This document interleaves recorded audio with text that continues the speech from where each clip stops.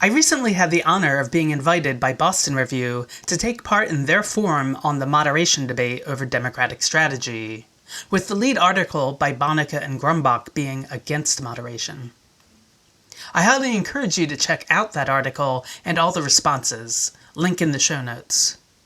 What follows is a reading from my response, which is specifically about calls for Democrats to moderate on trans rights and LGBTQ issues more generally. If you appreciate what I have to say, please like the video so more people see it, subscribe to my YouTube channel, and consider supporting my work on Patreon. Adam Bonica and Jake Grumbach provide a comprehensive critique of popularist calls for Democrats to moderate their positions in response to Republican gains in the 2024 U.S. election. Of course, one of the issues most frequently singled out for moderation is transgender rights. Within 48 hours of Trump's re-election, Democratic Congressmen Tom Suozzi and Seth Moulton spoke out against trans athletes, although Moulton has since walked back those comments. In laying the groundwork for his likely 2028 presidential campaign, California Governor Gavin Newsom has flirted with several far-right positions on trans youth, including banning transition until age 26. Even prior to 2024, the New York Times, Matt Yglesias, and Rui Teixeira all highlighted in Bonica's and Grumbach's article as advocates for democratic moderation were promoting anti-trans talking points. But the notion that retreating from trans rights will benefit Democrats in future elections rests on three false assumptions. The first is that the current anti-trans backlash is the result of activists going too far, a trope that is levied against virtually every social justice movement.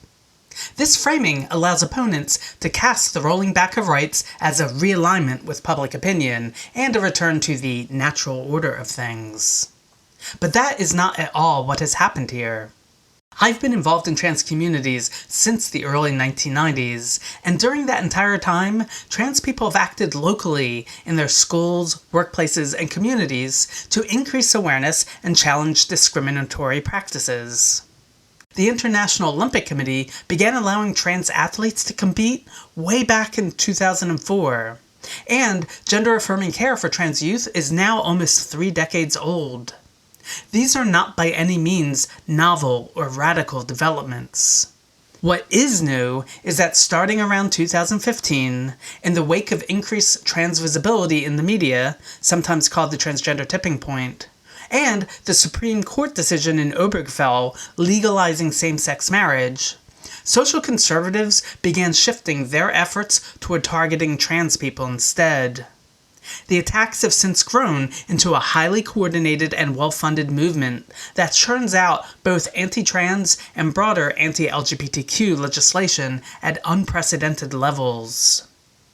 This is the real reason why Republicans have become obsessed with fairness in women's sports, biological sex, social contagion, restrooms, grooming children, and other sound bites that didn't exist 10 or 15 years ago. In other words, there hasn't been an organic shift in public opinion on trans people, but rather a massive AstroTurf campaign against us. The second assumption made by advocates for moderation is that Republican anti-trans ads and rhetoric are winning over Democratic and independent voters. This is simply not true. In his Modern Electoral History of Transphobia series, parts 1, 2, and 3, Joshua Cohen of the Ettinger-Menton newsletter analyzed every major U.S. election from 2010 to 2023 in which Republicans campaigned on anti-trans positions, and found zero evidence that such strategies were effective. Those Republicans either lost or else won due to unrelated factors. And that trend continued across the country last November, most notably in the Virginia and New Jersey gubernatorial elections. In her article, Trans Panic? More like Trans Apathetic, Catherine Alejandra Cross dispels two myths that persist among popularists: that the Kamala is for they-them ad helped get Trump elected, and that opposing trans rights is an 80-20 issue.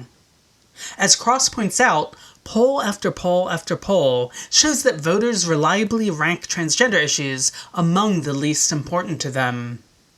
According to a 2024 Gallup poll asking registered voters how important 22 different issues were to their vote, from the economy and democracy to immigration, taxes, abortion, and crime, transgender rights ranked dead last on the share of people who considered it extremely, very, or somewhat important. In other words, voters are not casting their votes based upon their opinions of trans people. Furthermore, the small minority of voters who do consider transgender issues to be a high priority undoubtedly fall into both the pro-trans and anti-trans camps, the latter being disproportionately white evangelicals who are unlikely to vote for Democrats under any circumstance. Which brings us to the third mistaken assumption, that abandoning trans rights will have no negative ramifications for Democrats. Popularists act as though Democrats can excise trans sports or trans rights from their agenda without impacting other people and issues. This is extremely naive. Of the 27 states that have passed trans sports bans, all but one has also banned gender-affirming care for trans youth.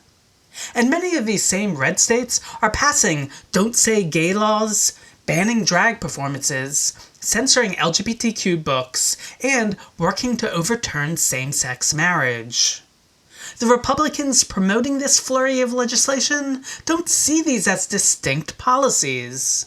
For them, it's a concerted effort to push LGBTQ people out of the public sphere en masse.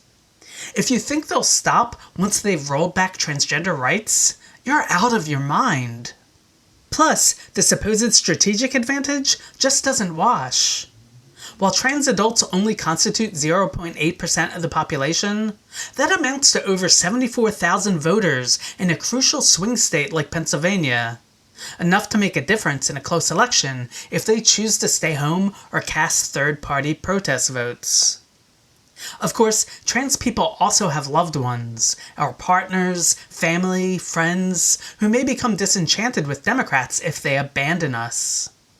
And if gay, lesbian, and bisexual people correctly interpret Democrats speaking out against trans athletes and gender-affirming care as a sign that they are retreating from LGBTQ rights more generally, it could have even more devastating effects at the ballot box. An NBC News exit poll of the 2024 presidential election found that LGBTQ people represented 8% of all voters, and 86% of us voted for Harris. This is a fairly solid voting bloc that has the potential to grow, as a 2025 Gallup poll estimates that 23.1% of Gen Z identifies as LGBTQ. Being Gen X myself, having grown up during a time when most LGBTQ people were forced into the closet, I can understand why many middle-aged and older Americans may feel confused or annoyed or disturbed by trans people suddenly having a voice and speaking up for ourselves. Cross lucidly addresses this in her article. But Americans under the age of 50, and especially between 18 and 29, are overwhelmingly accepting of trans people. Any forward-thinking strategist would recognize that, if winning future elections is the goal, standing up for trans and LGBTQ rights is the best political approach in the long run. Democrats can counteract Republican anti-trans talking points in a variety of ways. Critique them as baseless fear-mongering, as government overreach, as interfering with personal family decisions, or, to use a favorite popularist approach, dismiss them as a distraction from kitchen table issues. Anti-trans and LGBTQ policies can also be accurately and persuasively condemned as part of Republicans' more general assault on science. While popularists tend not to be fans of calling Republicans weird, when they constantly post selfies of themselves defending restrooms, or when they propose trans sports bans that include genital inspections of children, perhaps that approach is apt. During his 2023 veto of a bill that would have banned trans kids from restrooms and gender-affirming care, Kentucky Governor Andy Beshear said, "My faith teaches me that all children are children of God, and Senate Bill 150 will endanger the children of Kentucky." He won re-election that November. As Bonica and Grumbach emphasize, voters today are craving authenticity. In such an environment, a Democratic politician who unapologetically stands up for their trans and LGBTQ constituents is likely to benefit from such a stance.